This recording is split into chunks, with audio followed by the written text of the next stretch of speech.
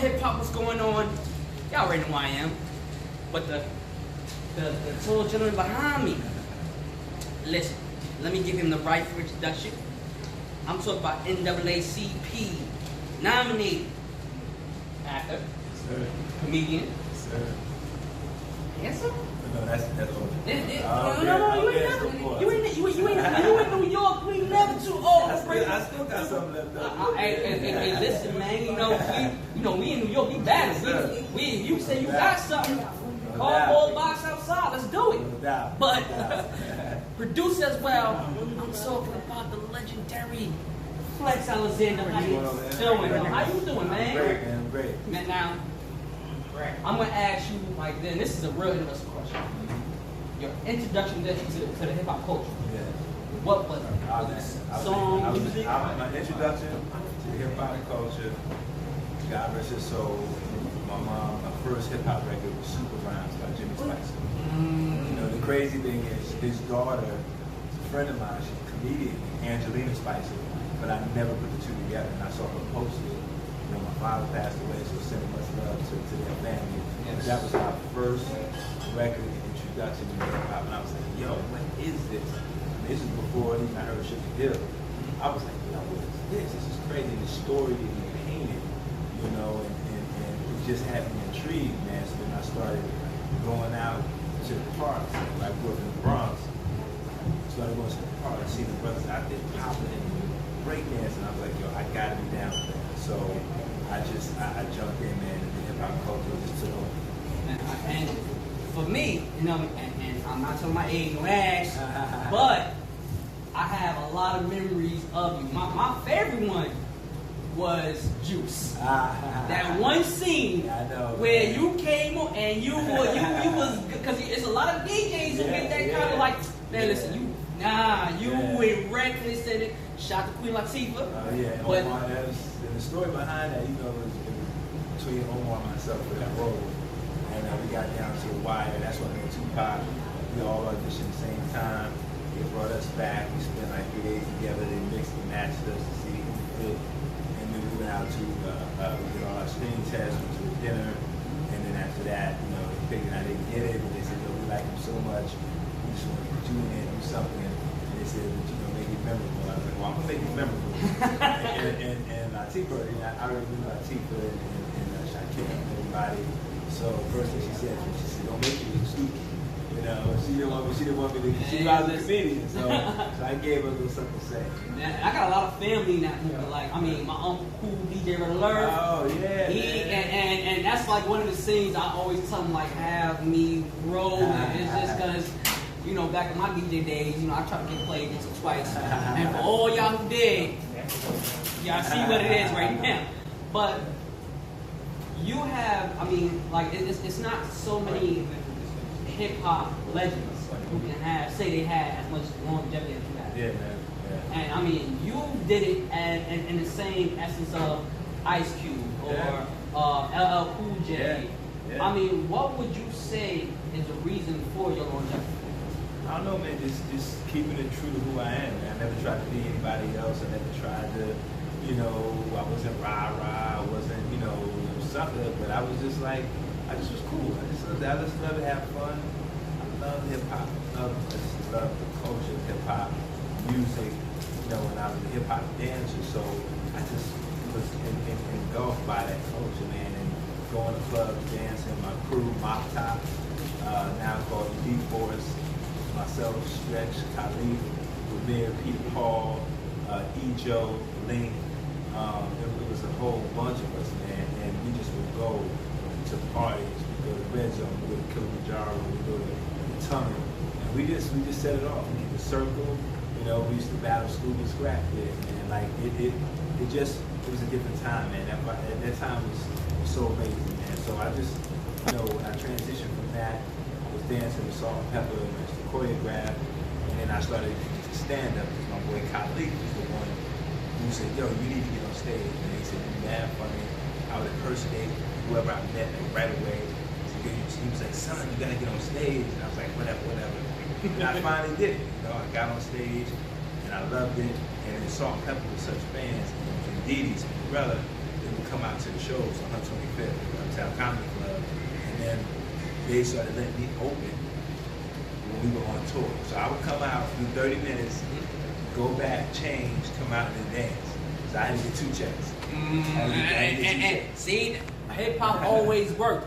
But yes, tonight, you are in Brooklyn, my hometown. You know, your big Flatbush. That's part of my hometown. You know, I lived in Bed-Stuy, I lived in Bushwick on Evergreen, on Bushwick on Cooper, so Evergreen and Bushwick. Lived over about down the street from Boys and Girls High. Oh, so you vibe borough. Yeah. You was uptown, then you came down to Brooklyn. Yes, sir. Yes, sir. Tonight, you're doing something and you're definitely making Brooklyn proud. You're not only headlining, but you got close friends who want on hip hop. Call, Payne, bringing you out, and on the way he probably can bring you out with the bird calls. He's gonna sit there, and I mean, I already know you're gonna tear the house down, but like a lot of people when they think of flex, majority, you know how many times that they think of comedian, actor, and even producer. But from my into the streets. You're coming over to doing a little bit more with the community. You're actually helping out people with their credit. I've been helping people with not just, you know, getting their credit together, but helping our community set up, you know, living trust, irrevocable living trust, will, you know, just the things that we don't talk about, the things that we don't understand, that we pass wealth down to our kids, and our kids pass it down to their kids. I learned, you know, trial by error, man. You know, when I was making the money I was making, I invested in real estate, and I just invested in the wrong state. In Las Vegas, I had a bunch of properties, so when the bubble hit in 2008, 2009, literally wiped me out. You know what I mean? I'm blaming that on Trump. I'm saying your name on TV. I'm blaming it on you. We coming after you. That joint wiped me out, and I just had to really start from the bottom up. So I learned, and I started learning credit. You know, I met a young man, Alfred Nixon, who's 27 years old, millionaire, and is helping thousands of people, man. And he just took me in his wing, and that's what we're doing, man. I'm definitely need your help, man, because you know my money is funny right now. You know I'm hustling, I'm getting these interviews left and right, but you know these advertisers don't want to act right, so you know I need to make sure that you know my son got a couple of things he can hold on to and say, my daddy did this. I want my kids like Micheal Jackson kids, just chilling like, he living in the pose. No doubt. No doubt. And speaking of Micheal Jackson, I know you hear this a lot. I'm gonna say, I enjoyed the movie. I enjoyed the movie. I did. I'm a big Micheal Jackson fan, but I did enjoy the movie. But you know, people don't realize that you are an actor. You know, and you do your best to, you know, give the best. I tell people hit me up. See, when I did that movie, there was no such thing as social media. So I did that joint, so I was like, okay, cool, I'm safe. But when social media came out, Cass was tagging me like, man, you gonna burn in hell. How the hell you doing that? And at first I got mad, but I said, you know what? I'm just gonna embrace it. I'm like, yo, it was for what it was. You know, they hit me up. I was like, listen, feed my family, take this $175,000, or you know, be prideful. I think I'm gonna take that $175,000 and do this joint. I'll be all right. But it was fun, man. They just didn't, you know, production. They told me they had the original music, all this stuff, and all that didn't turn out to be true. So I joke about it now. I joke about the ashy makeup. I joke about all that. So here's a question I definitely got for you. Any person behind the scenes, in front of the camera, when it comes to hip hop, who would you love to play?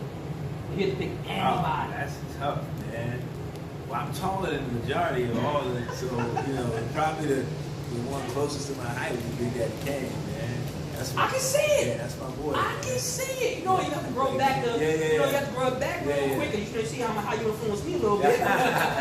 But Kane, or if you go back in history of hip hop, probably T. The Rock. Really? Yeah, T. The Rock. It's yours. We the last interview we had with Carl Payne, he said he would love to play Nas. Yeah. And I was like, wow, that's not bad. But that's dope. That wouldn't be bad. But I was curious about who you would love to play like. Yeah, it's tough for me because I'm tall. I mean, hell, it was tough for me playing Micheal Jackson. I'm 6'4". I can see you doing that. We got him behind. I can see. I mean, you now, see. I would have told. I would have. No, my man Derek Luke, that's my brother. He killed it. But I know I fit right in because I know Diddy. We party together. We used to drive out to Howard to his parties. He made sure, man, he was like, y'all come make this joint live. And he did his party in the red zone. He let us know, y'all come make it live. So I know how to get down. Diddy, when you do your Bad Boy movie, yes sir, I'm part of that history. you know, let's get it going. Let's get it going. No doubt. Now, I'm not gonna hold you too long because I know tonight you gotta rip it down. Oh yeah. You gonna do what you do. So I know you got that. I gotta drive all that uptown. That's right. So, yeah, I know what I'm about to do. At the end of every interview, I ask a few questions. There can be no top three, only one top number one. Only one. I'm sorry. Because everybody got their favorite. Everybody got their love. So we gonna give it to them. Who would you say is your favorite top male MC of all time? That's tough, man. I can't say say come on, one. Man. You gotta say one. You gotta say one. Everybody favors one more than the others. That's impossible. All right, give me three. I'm gonna give you three. Give me three. Rakim, Kane, KRS-One. That's a that's a nice list, man. I would love to see them battle or do a cypher now. Yeah. No. that would be dope. And it's not, not taking away from, Nas and people like that, but just just those are the ones that caught me, like Rakim, his lyrical play, his words, how deep he go, and Kane with his phrases. I mean, just in KRS, man. I mean, come on, like KRS does not get enough credit at all. I agree. KRS is true hip hop culture. That's a fact. Yes, sir. So we gonna flip it. Top three female MCs. Ooh. I'm being nice. I'm giving you three now. Light. Oh yes. My top. Light. Oh my God, that's tough. Muhammadiyah. Oh my God. Forgot about her. Ooh, listen, y'all don't know these names? Google. And if you don't know these names and you are hip hop into the culture, smack yourself sometimes. You should know these names. And then I have to go on Latifah. Those three right there. Okay. Now I'm taking a step further. Okay. Top three hip hop groups of all time. Gotta put Salt Pepper in there. That's right. That's the duo. Yeah. They still rocking and rolling. Yeah, we're talking about influence, global scale. We gotta talk about them. Gosh, that's tough. Them. Naughty by Nature. Ooh, really? See, that surprised me a little bit out of like all the groups. Because see, there's two different types. You got the groups that are, grassroots. You know what I mean? When you have the groups that are grassroots that stretch out. And I look at that more by influence because that's hip hop culture influencing the world. A lot of people may not know about, some buildings. A lot of people may not know about, buckshot. You know what I mean? They may not know that. But if you go anywhere, they're gonna tell you about OPP. Oh yeah. and definitely my beat. Oh man, and that's definitely debatable. Now, I'm gonna take it a step further. Okay. Take it a step further. All right. Favorite top three DJs. See, I go back to going in the park, watching the DJ plug the power source up to the light. DJ Scratch. Yeah. I can name. I just saw DJ Scratch. I just saw him and Jazz Jeff are doing the 45 tour. They killing it on 45. Jazzy Jeff, Chuck Chill Out, Red Alert. I'm naming. I can name a few. So I'd have to say Grandmaster Flash. Ooh. Yes. Scratch. Definitely. And Jazzy Jeff. Oh man. I definitely Jazzy Jeff. A lot of people sleep on Jeff, man. He has to be in there. And it's, I don't know why, but a lot of people sleep on Jeff. But if you watch his social media, you can see he is nasty. 12 inches and 45. So he get busy, and he used nothing but second 1200s. Real DJs only use that. You know what I mean? Yes, sir. All right, I'm gonna give you one more. This is probably the hardest one. When I interviewed Cool DJ Red Alert, he had the hardest time answering this question. Okay, all right. He answered it, but he had the absolute hardest time. So, Okay. and I love this one. Alright. Because I know you've been in the game for so long, it's just gonna be like, I know your mind on fry. All right. Top, either one or top 3 freestyles of all time. Tell me his face is blank. I know his face is blank. I know his face is blank. Big Daddy Kane. Big Daddy Kane's freestyle when he was when he came out with Bismarck, his first record, that was a freestyle. Okay. That's the Kane in the flesh. You know something fresh. So you Okay. know that I was riding Big Okay. That was a freestyle. Okay. So Okay. him, probably Treacherous Street. Their battle against Treacherous Street against I forget the other ones. I can't remember. Probably Treacherous 3, and then another freestyle. I don't know if he wrote it though, but live from the barbecue? What's the joint? Nas and God's Professor. Oh. And all of them. With the help of stuff of Oh, Jesus. Is that a freestyle? Yeah, I believe that was a freestyle. That was a freestyle. I believe it was. Yeah, Don't track quote me on that, but I believe it was. Yeah. So, we gonna let you go, man. We know you gotta work, but before you go, man, let me first say, as one king to another, you are, everybody knows, you and your queen. Y'all, how many years? 20 in February. 20 years. Yeah, 2020 is going to Now, be 20. they throw a lot on the black love. They throw a lot at us, but you guys have shown and been that example. And myself, one of my hip hop, and anybody else who embraces black love. We thank y'all. We appreciate that. We really appreciate that. Love, man. You Appreciate dig? that. So, listen. If y'all don't know them names again, Google. And then smack yourself for not knowing them names. But, of course, Jamel Lamar, Flex Alexander, you dig? I know you do.